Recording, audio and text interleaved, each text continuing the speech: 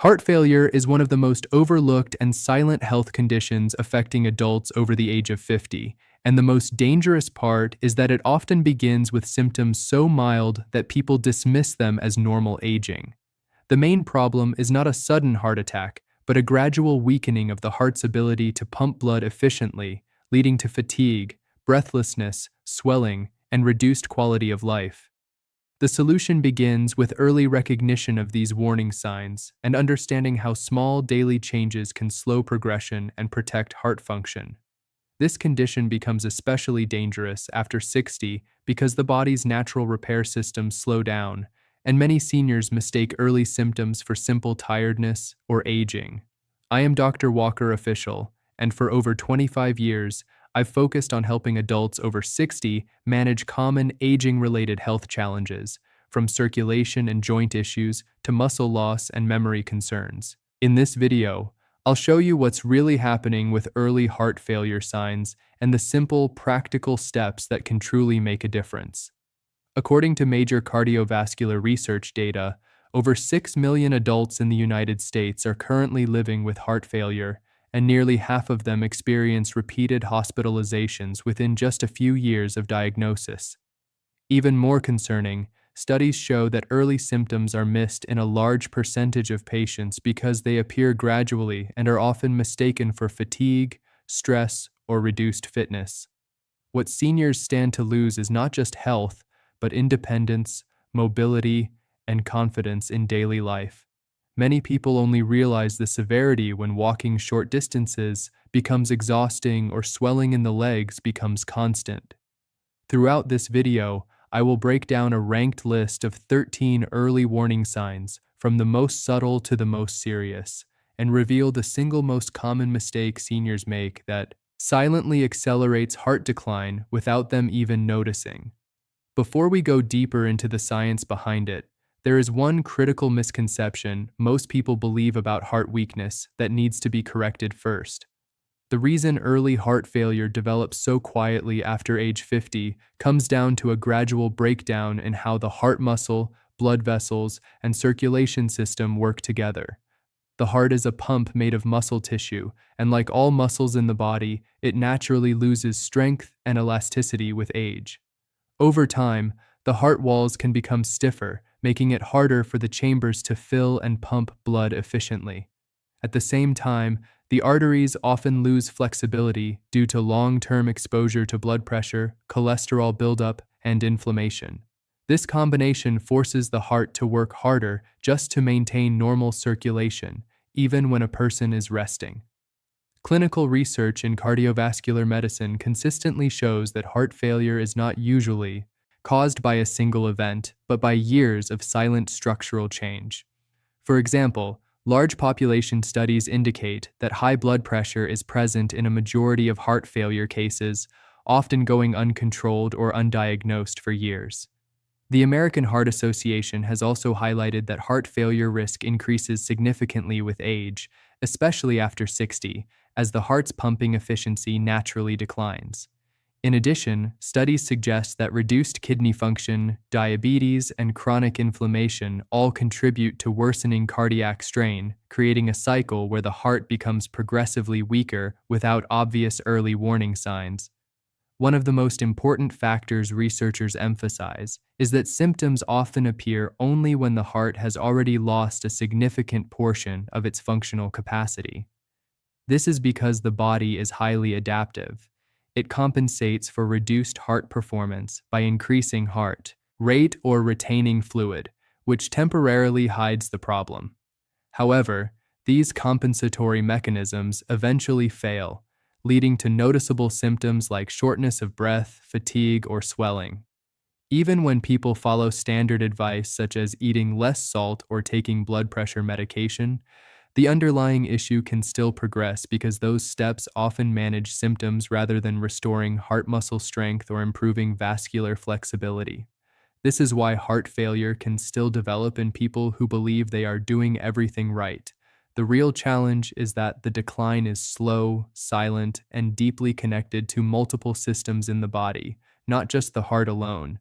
Now that you understand what is happening beneath the surface, The next step is to uncover the common mistakes and misconceptions that quietly make this condition worse without people realizing it.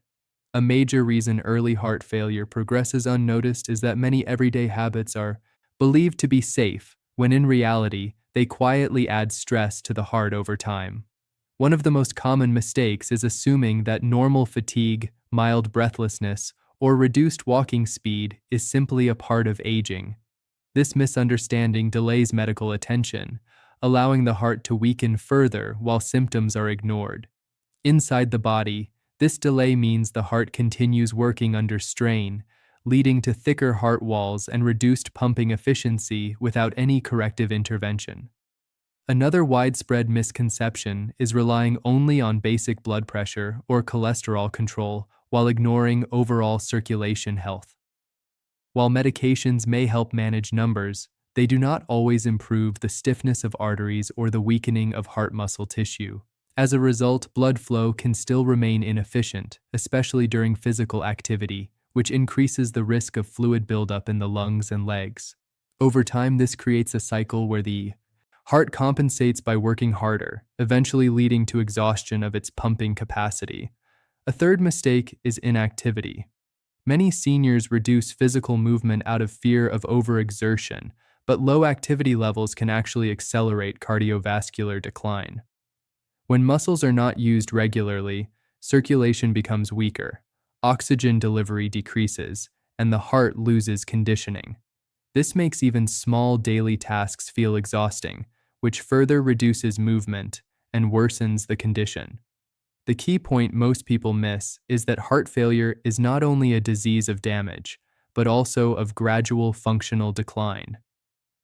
Standard advice often focuses on controlling symptoms rather than addressing the underlying weakening of the heart muscle and vascular system. However, clinical research in cardiology and geriatric health suggests that early-stage decline can be slowed and, in some cases, partially improved when circulation, nutrition, and activity patterns are corrected together. This shifts the entire understanding of heart failure from a purely irreversible condition to one where early intervention and lifestyle correction can meaningfully change the trajectory of decline. What matters most is identifying the warning signs early, before the body fully adapts to reduced heart function. Now that you understand the hidden mistakes that worsen the condition, we can move into the most important part of this video: the ranked list of early warning signs and what they actually mean inside the body. Now, let's go through the most important part of this video: the early warning signs of heart failure, ranked from less obvious to most critical. These are not random symptoms, but patterns that reflect how the heart is struggling to keep up with the body's demands. Starting at number 10, one of the earliest signs is mild reduced stamina during daily activities. You may notice that tasks like walking to the mailbox, climbing a few stairs, or doing light housework feel slightly more tiring than before. Biologically, this happens because the heart is no longer pumping oxygen-rich blood as efficiently, so muscles receive less fuel. Studies show that reduced exercise tolerance can appear years before a formal heart failure diagnosis. The limitation here is that many people ignore it because it develops so slowly.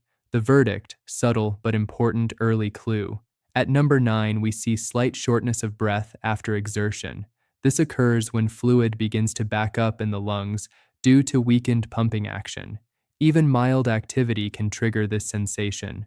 Research in cardiology journals shows this is one of the most common early reported symptoms. However, it is often mistaken for aging lungs or being out of shape. The verdict: easily misinterpreted warning sign. At number 8, there is unexplained weight gain from fluid retention. When the heart struggles, the kidneys respond by retaining sodium and water, leading to swelling and weight changes. Clinical findings suggest this can precede visible swelling by weeks.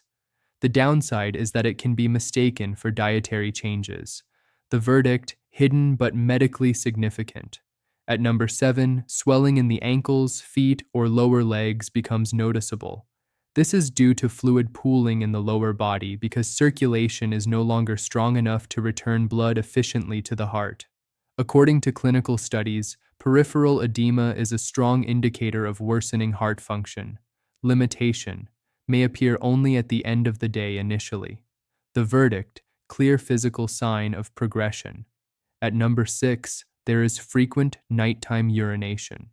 When lying down, fluid that has accumulated in the legs returns to circulation, increasing kidney activity. This disrupts sleep and is often overlooked as a bladder issue. Medical researchers identify this as an indirect but meaningful heart stress signal. The verdict, important but often misattributed symptom. At number 5, persistent fatigue even after rest becomes noticeable. Unlike normal tiredness, this fatigue does not improve with sleep because it is caused by reduced oxygen delivery to tissues. Studies in geriatric medicine show this is one of the most commonly reported complaints before diagnosis. The limitation is that it overlaps with many other conditions. The verdict, strong but non-specific warning. At number 4, there is a persistent cough or mild wheezing, especially when lying down. This happens when fluid begins to collect in the lungs. Clinical evidence shows this can be an early sign of left-sided heart strain. However, it is often mistaken for allergies or respiratory infection. The verdict, respiratory clue linked to heart function. At number 3, a noticeable decline in ability to lie flat without discomfort. This is called orthopnea, where breathing becomes easier when sitting up. It indicates increased pressure in the lungs due to heart inefficiency. Cardiologists consider this a more advanced early warning stage. The verdict, serious functional indicator. At number 2, rapid or irregular heartbeat during mild activity or rest.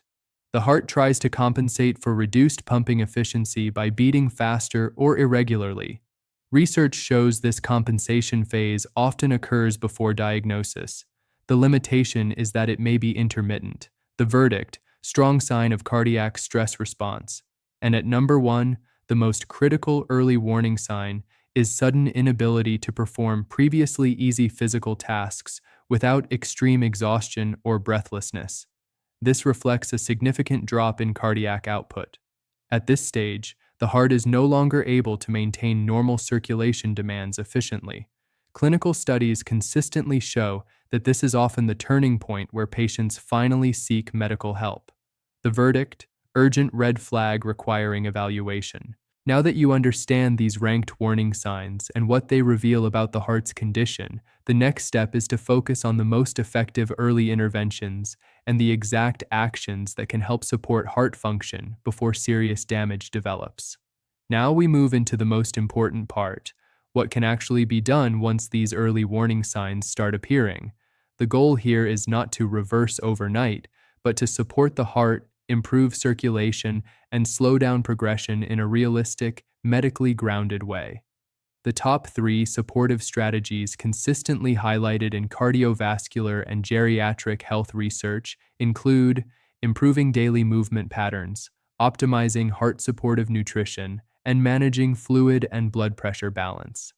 At number 3, light but consistent physical activity such as walking is one of the most effective ways to support heart function. Even 20-30 minutes of daily walking helps improve circulation, strengthen heart muscle efficiency, and enhance oxygen delivery.